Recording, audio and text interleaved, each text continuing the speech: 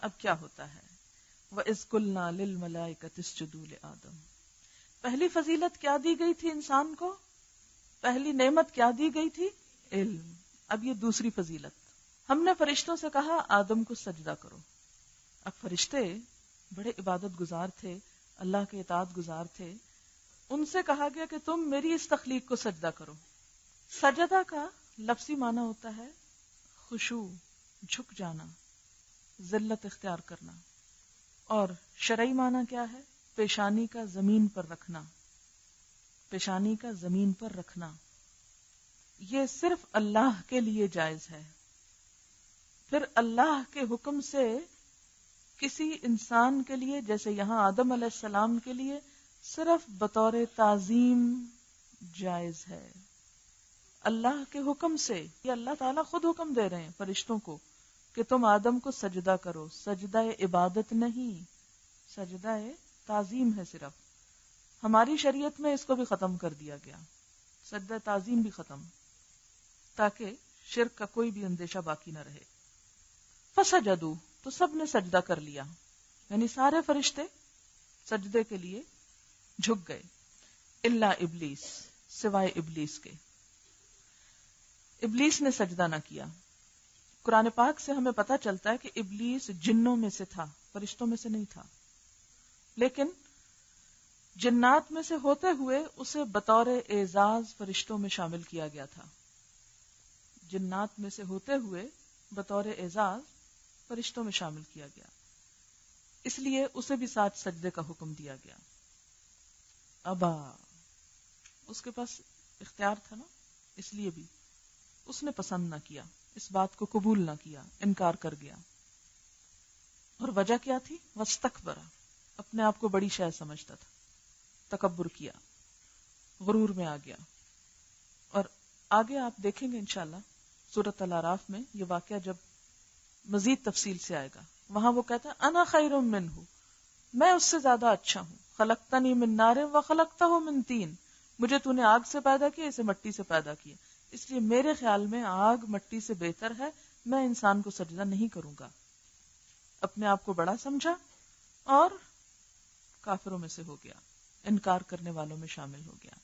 یہاں آپ کو کفر کا معنی بھی سمجھ میں آئے گا کہ کفر کا معنی صرف اللہ کا انکار نہیں ہوتا، اللہ تعالیٰ کے احکامات کا انکار بھی عملی طور پر کفر کہلاتا ہے. اسی لیے آتا نا جس نے جان بوجھ کے نماز چھوڑی اس نے کفر کیا. تو یہاں سے سمجھے معنی کفر کا. ایک کفر ہوتا ہے اصطلاحی کافر جو اللہ، رسول، آخرت، کتابوں، عقائد میں سے کسی چیز کو نہ مانے یا شرک کرے. اور ایک ہوتا ہے عملی کفر، یعنی انسان دل سے تو مانے لیکن عمل سے تصدیق نہ کرے. جیسے ایمان ہے نا، دل سے بھی ماننا، زبان سے اقرار اظہار کرنا اور عمل سے تصدیق کرنا، جب جا کر ایمان مکمل ہوتا ہے. اسی طرح کفر کے بھی درجے ہیں. ایک کیا ہے؟ دل سے بھی انکار، بظاہر بھی انکار. دوسرا کیا ہے؟ دل سے تو اقرار اور بظاہر انکار. یہ بھی کفر ہی کی ایک قسم ہو جاتی ہے، اللہ کی نافرمانی اور ناشکری کی. وَكَانَ مِنَ الْكَافِرِينَ. اب آپ یہ دیکھیں کہ یہاں آدم علیہ السلام کو فرشتوں اور ابلیس کے درمیان کھڑا کیا گیا اور سجدے کے امتحان کے ذریعے آدم علیہ السلام کو عملی طور پر بتا دیا گیا کہ زمین پر دو ممکنہ راہیں ہیں. ایک راہ فرشتوں کی طرح اطاعت کی راہ، اور دوسری راہ ابلیس کی طرح انکار کی راہ. فرشتوں نے کیا کیا تھا؟ انسان کے آگے جھک گئے تھے، حالانکہ انسان مٹی سے تھا، فرشتے نور سے تھے. تکبر نہیں کیا، اپنے سے کمتر کے آگے جھک گئے. ہمارے لیے بھی کیا سبق ہے؟ جب اللہ کا حکم آ جائے تو کوئی چیز اگر ہمیں اپنے نفس کے خلاف لگے یا اپنے مقام مرتبے سے کمتر بھی لگے تو بھی مان لینی چاہیے. بعض چیزیں ہم اس لیے نہیں مانتے نا کہ یہ میرے سٹیٹس کے خلاف جاتی ہیں. اور دوسرا رویہ کیا ہے؟ ابلیس کی طرح اپنے آپ کو بڑا سمجھنا اور جھکنے سے انکار کر دینا، میں نہیں مان سکتا، غلطی پر اصرار. اب یہ مرحلہ ختم ہوا. تیسری نعمت جو آدم علیہ السلام کو دی جا رہی ہے وَقُلْنَا يَا آدَمُ اسْكُنْ أَنْتَ وَزَوْجُكَ الْجَنَّةَ، ہم نے کہا اے آدم رہو تم اور تمہاری بیوی جنت میں. تو تخلیق کے بعد پہلی فضیلت علم کی بنا پر، دوسری سجدہ کروایا گیا، تیسرا جنت میں داخل کیا گیا. کتنا لاڈلا تھا انسان. خلق لکم ما فی الارض جمیعا. ذرا دیکھیں اپنے آپ کو، پہچانے اپنے آپ کو. کائنات میں کہاں کھڑے ہیں آپ؟ کتنا کچھ دیا گیا آپ کو. پھر اگر آپ اپنے آپ کو نہیں پہچانتے اور اللہ کی نافرمانی پہ تل جاتے ہیں، اللہ نے آپ کو فرشتوں پر فضیلت دی، اللہ نے آپ کو جنات پر فضیلت دی، اللہ نے آپ کو ساری مخلوق پہ فضیلت دی، چن لیا، تو کیا آپ کا فرض نہیں بنتا کہ آپ اپنے رب کو ہر چیز سے زیادہ اہمیت دیں، امپورٹنس دیں؟ بنتا ہے نا. اسی لیے وہ ہم سے عبادت کا تقاضا کرتا ہے. وَقُلْنَا يَا آدَمُ اسْكُنْ أَنْتَ، ہم نے کہا آدم رہو تم، وَزَوْجُكَ اور تمہاری بیوی، الجنت جنت میں، وَكُلَا اور دونوں کھاؤ، منہا اس سے، رغدن خوب اچھی طرح، حیث شئتما جہاں جہاں تمہارا دل چاہے، گھومو پھرو، کھاؤ پیو، خوب عیش کرو، پکنک مناؤ. ولا تقربا اور قریب نہ جانا، ہاذہ الشجرہ اس درخت کے. اب ہمیں یہ نہیں بتایا کہ وہ کس چیز کا درخت تھا، بھئی کوئی بھی ہوگا، گندم کا تو درخت ویسے ہی نہیں ہوتا. فتکونا من الظالمین ورنہ تم ظالموں میں شمار ہوگے. امتحان تھا. جیسے دنیا میں پیچھے میں نے آپ کو بتایا نا، خلق لکم ما فی الارض جمیعا، زمین کی سب نعمتیں تمہارے لیے حلال، الا مگر جو اللہ نے خود حرام قرار دے دی، اور وہ چند ایک ہیں. ساری زمین اپنی، بس چند چیزیں ممنوع. اور وہ کیوں ممنوع؟ امتحان ہے نا ہمارا کہ ہم کتنی اہمیت دیتے ہیں اپنے رب کو، اس کی کتنی بات مانتے ہیں.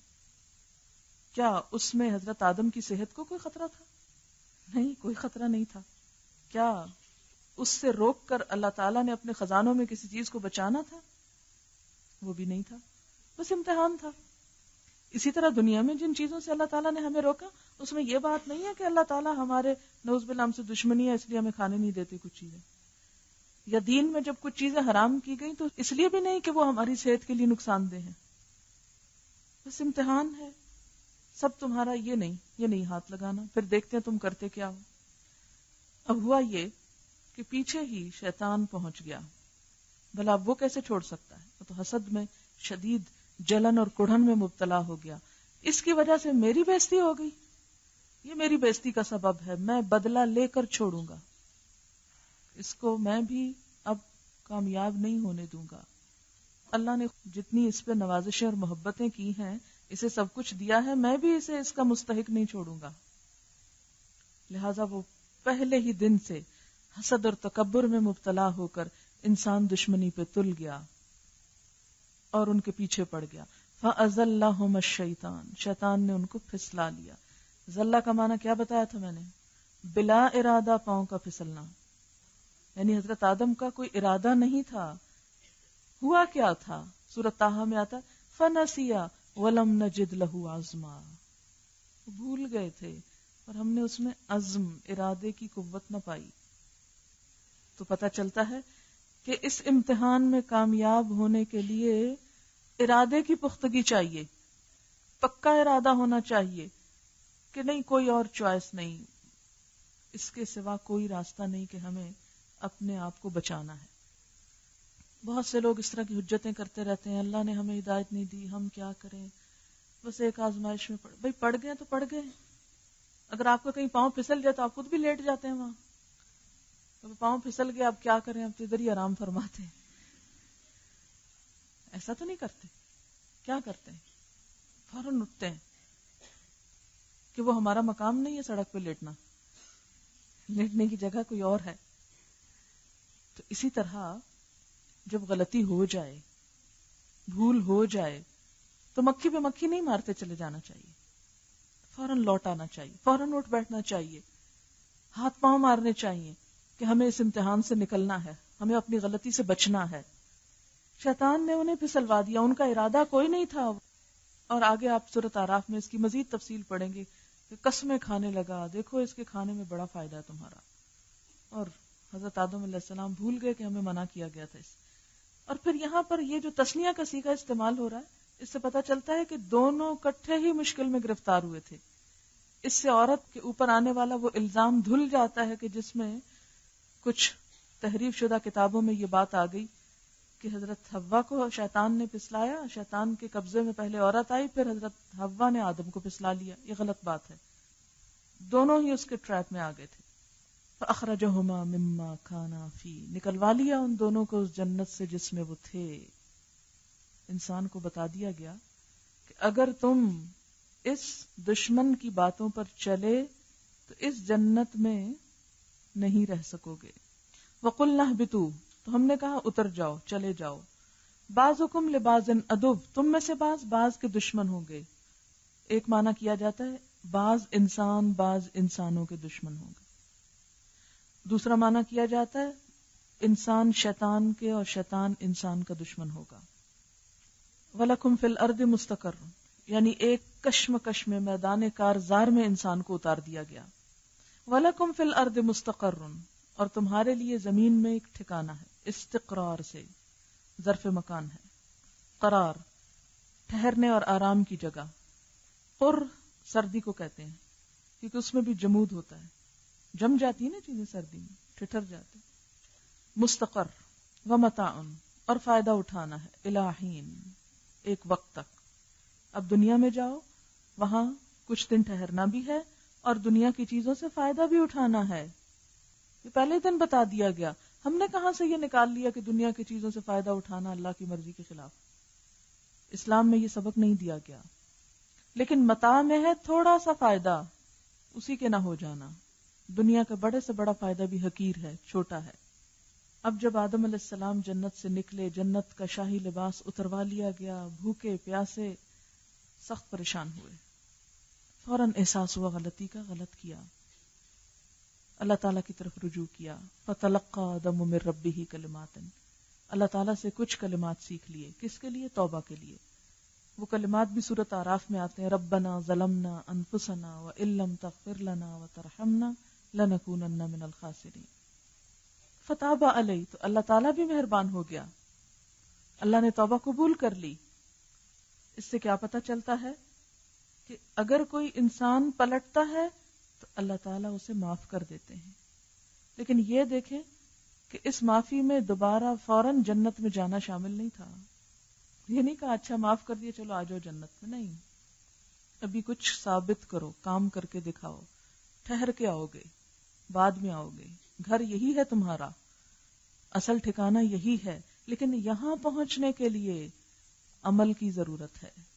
اس گھر کی کنجی اب عمل سے کھلے گی. اس گھر کی کنجی عمل ہے. یہ جنت اب عمل کے راستے کھلے گی تمہارے لیے، اس کے دروازے. انہ هو التواب الرحیم، بے شک وہ توبہ قبول کرنے والا ہے. تواب فعال کے وزن پر مبالغے کا صیغہ، بہت زیادہ توبہ قبول کرتا. یعنی اگر تم سے اپنی زندگی میں سینکڑوں مرتبہ بھی غلطی ہوئی تو سینکڑوں مرتبہ معاف کرے گا. بہت ہی رحم فرمانے والا ہے. لیکن شرط ہے کہ پلٹو. شیطان نہیں پلٹا تھا نا، تو کیا ہوا؟ اسے معاف نہیں کیا گیا. انسان پلٹ آیا. یہی فرق ہے شیطان اور انسان میں. لیکن اگر کچھ انسان شیطان کی روش اختیار کر لے، توبہ نہ کرے، تو پھر ان کے لیے کوئی ٹھکانہ نہیں. قُلْنَا اهْبِطُوا مِنْهَا جَمِيعًا، ہم نے کہا تم سب چلے جاؤ اب زمین میں، سارے کے سارے. اونچائی سے نشیب کی طرف آنے کو اہبطوا آتا ہے. یعنی آدم علیہ السلام ہی کو نہیں بلکہ ان کی ساری جو نسل تھی ان کو خطاب کیا گیا کہ اب تم سب کی آئندہ جگہ زمین ہی ہوگی. یعنی آدم علیہ السلام یہاں ایک انسان کی حیثیت سے نہیں، نسل انسانی کے ریپرزینٹیٹو کی حیثیت سے دنیا میں آ رہے ہیں. اس لیے تمام اولاد آدم اب زمین پر ہوگی، کیونکہ زمین ہی کے لیے تو پیدا کیا گیا تھا نا. بہت سے لوگ کہتے ہیں ہائے وہ آدم علیہ السلام نہ کرتے تو ہم جنت میں رہتے. شروع رکوع میں دیکھیں اذ قال ربک للملائکۃ انی جاعل فی الارض، یہ نہیں کہا فی الجنہ، کہا فی الارض خلیفہ. بنائے ہم زمین کے لیے گئے تھے. یہ الگ بات تھی کہ اگر آدم علیہ السلام وہ پھل نہ کھاتے تو کچھ دن جنت میں رہنے کے بعد باعزت طور پر انہیں زمین پہ اتارا جاتا. بس فرق اتنا ہو گیا کہ اس نافرمانی کی وجہ سے ناراضگی کے ساتھ زمین پہ اترے. آدم علیہ السلام کو ایک جگہ اتارا, حوا کو دوسری جگہ, روتے دھوتے عرفات کے میدان میں ایک دوسرے کو پہچان. اسے کہتے عرفات اسی لیے کہ اس میں پہچان ہوئی تھی. عرفہ کا معنی تھا پہچان لینا. قُلْنَا اهْبِطُوا مِنْهَا جَمِيعًا, ہم نے کہا زمین میں چلے جاؤ. فَإِمَّا يَأْتِيَنَّكُمْ, اور ساتھ اعلان کر دیا اگر آئے تمہارے پاس میری طرف سے ہدن کوئی ہدایت, یعنی کوئی بھی ہدایت میری طرف سے پہنچے انبیاء کے ذریعے تو سن لو. فمن تبع ہدایا, جس نے میری ہدایت کی پیروی کی, فلا خوف علیہم, ان لوگوں پر کوئی خوف نہیں, ولا هم یحزنون, اور نہ وہ غمگین ہوں گے. سورۃ طٰہٰ میں آتا ہے فمن اتبع ہدایا فلا یضل ولا یشقی لا خوف علیہم ولا هم یحزنون. یہ کس کے لیے آئی ہے یہ بات؟ انسانوں کے لیے, اور سب انسانوں کے لیے.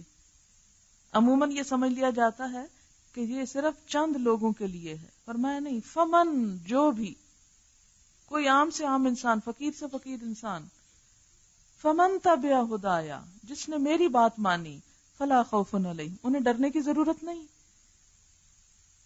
وہ خوف سے بے نیاز ہو جائیں گے.